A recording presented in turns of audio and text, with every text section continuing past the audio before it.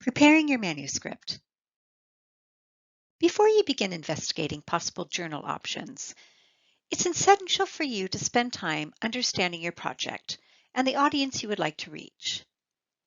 Throughout your career, you're likely to be involved in many types of research, producing a variety of content.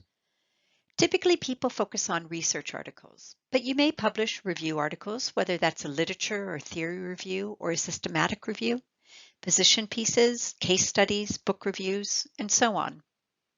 Sometimes your work will be written for specialists in your field, but you may also choose to write for practitioners or to engage in public scholarship, writing for the general public or for policymakers.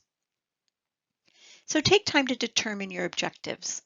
And when you begin investigating the appropriate place to publish, remember you're joining an ongoing conversation in your field, so make sure that you're contributing thoughtfully to that conversation. Here's some simple guidance for you to consider while preparing your manuscript. First of all, think like an editor. Make it easy for them to read and enjoy your work. Depending on the size of a journal, an editor can receive anywhere from 50 to well over 1,000 manuscripts a year. So make sure yours stands out. Here's some basic tips to help you make your argument easy to read and to understand. Write first and edit later. This will help you to create a through line in your paper, that line that holds all the different parts together. Simplicity is key, especially when you're dealing with complex problems and theories. So think about your sentence structure and the use of the passive voice. I usually recommend sentences should be relatively short, no longer than 2.5 lines on a page. Otherwise, the reader can become a bit lost. The same with passive voice. While we tend to use it often in method sections, it should be balanced with active sentence construction, for instance, subject, verb, object. The goal is to make it as easy as possible for the reader to understand your arguments and the evidence you're providing. The most important strategy for achieving this is to create a clear and easy to follow structure to the paper. Irrespective of disciplines, most academic papers follow this model, the IMRAD model.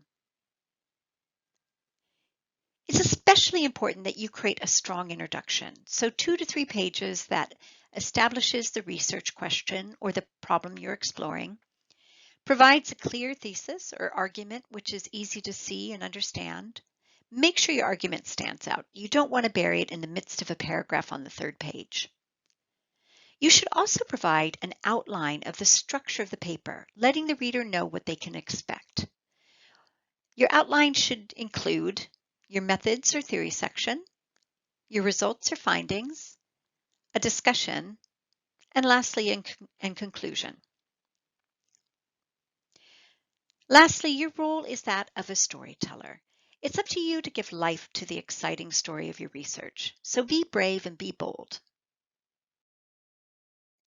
Once you publish, you of course would like people to be able to find and read your work.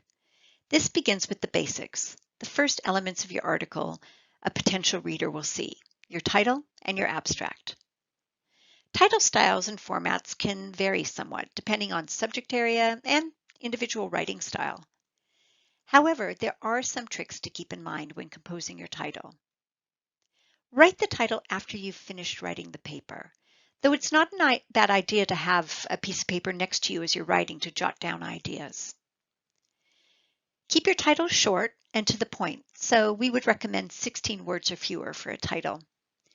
And avoid any jargon or any abbreviations that might not be common knowledge. Include some of the essential terms in your paper in your title. For those using qualitative methods where the temptation is to use a quote in the title, make sure that you provide a subtitle that will indicate what the paper is about. Why are abstracts important? Abstracts should tell a reader what the article is about. They're like film trailers. They should give a sense of what the story is without providing all of the detail. And here are some basic tips. As with the title, it's difficult to write a decent abstract until you've actually finished the paper, as the abstract is an overview of the content. Make sure that you know the parameters of the particular journal that you're submitting to, Most have word counts for their abstracts, and some have guidance on the format and structure. Think about who your potential audience is and write it for them. So if you're interested in reaching out to practitioners, you might use slightly different language than if you are interested in engaging with researchers that are deeply embedded in your same subject area. And choose language carefully. Think about how people might search for your work, the keywords that they might use. And if your work is interdisciplinary, think how different disciplines write about that subject, what language that they use. After you finish writing, go through and remove any unnecessary words. Focus on the essential information. And if you end up revising your paper after you've written the abstract, make sure to go back and review your abstract and revise it as well. You want it to match that final version of your paper. And lastly, read your abstract out loud and have others read it for fluency. If your abstract is difficult to read, it's unlikely people will click through to the article because they'll imagine that the article is poorly written as well.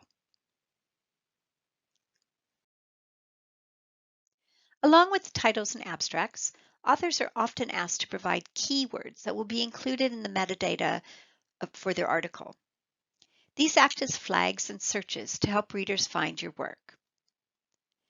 So make sure to identify the words or phrases that would be effective in searching for your work. Think about using synonyms, as people might use slightly different words, again, especially if your work is interdisciplinary.